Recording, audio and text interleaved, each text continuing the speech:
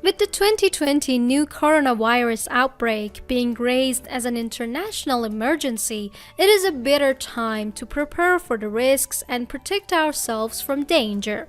Likewise, it is a timely subject to explore in film, and usually, movies with viruses as their subject fall under a disaster movie genre since they follow the same procedurals with national disaster.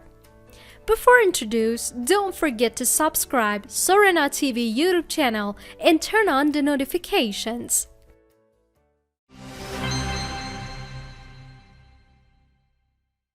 Worst Doomsday 2008. It seems that the immediate results of deadly viruses are Mad Max-like apocalyptic landscapes and the undead.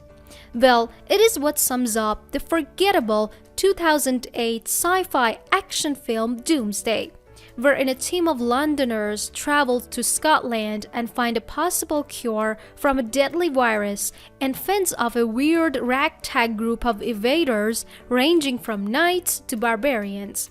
Director Neil Marshall was really inspired by the Mad Max movies that he conceived of a dystopian future with medieval knights and pillagers. Suffice to say, it is mediocre.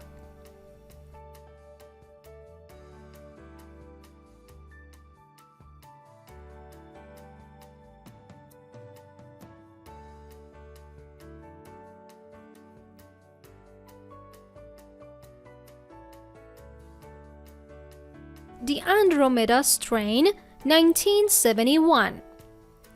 Based on the Michael Crichton novel, the movie centers on a group of scientists who investigate a quarantined town that was plagued with a contagious strain of an extraterrestrial organism. A classic on its own, the Andromeda Strain layers itself with its depiction of a desolate environment mixed with 70s depiction of technology with an imminent threat beneath them. On a technical level, it is an achievement with convincing special effects for the 70s, and on its editing aspect, it is one of the first effective uses of split screens.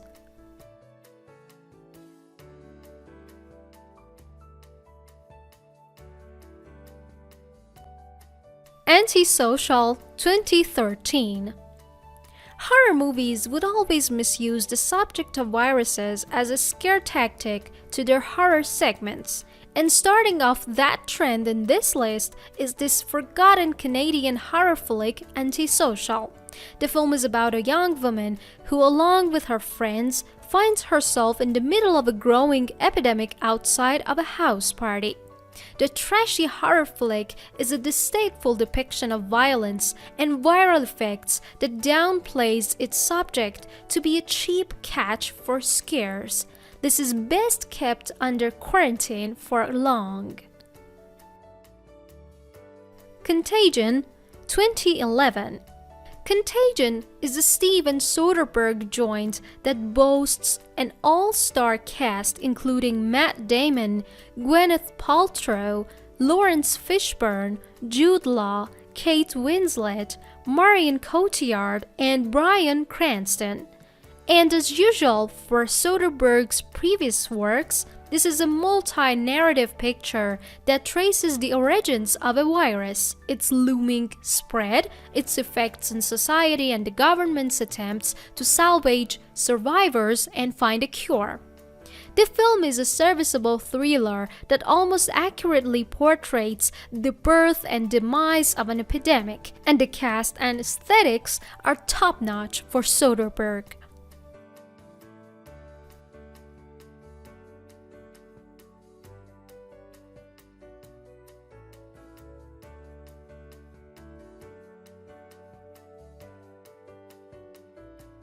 Dreamcatcher 2003.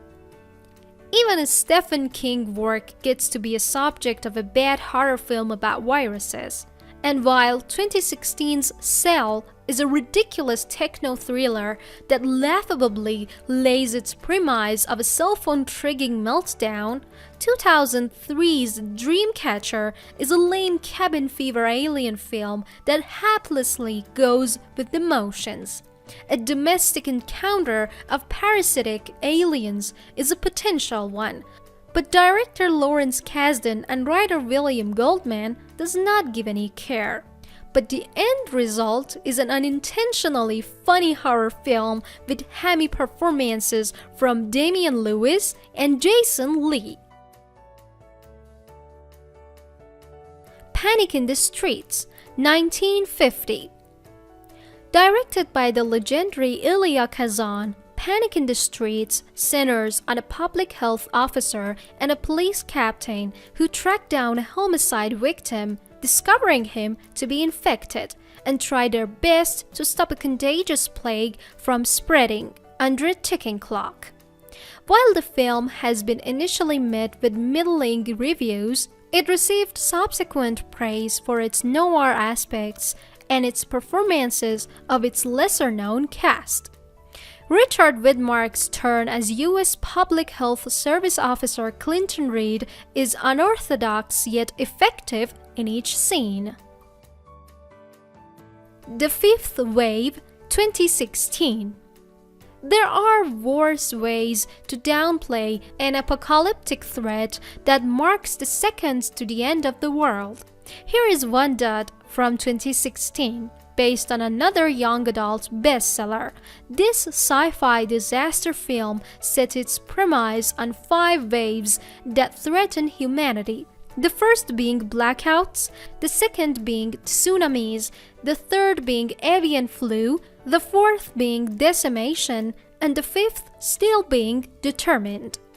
But on its brief depiction of a virus, it was played for stale sentiment. And that is just a fraction of the movie's poor quality. Chloe Moretz tried, but the fifth wave is hard. Chloe Moretz tried, but the fifth wave is horrendous.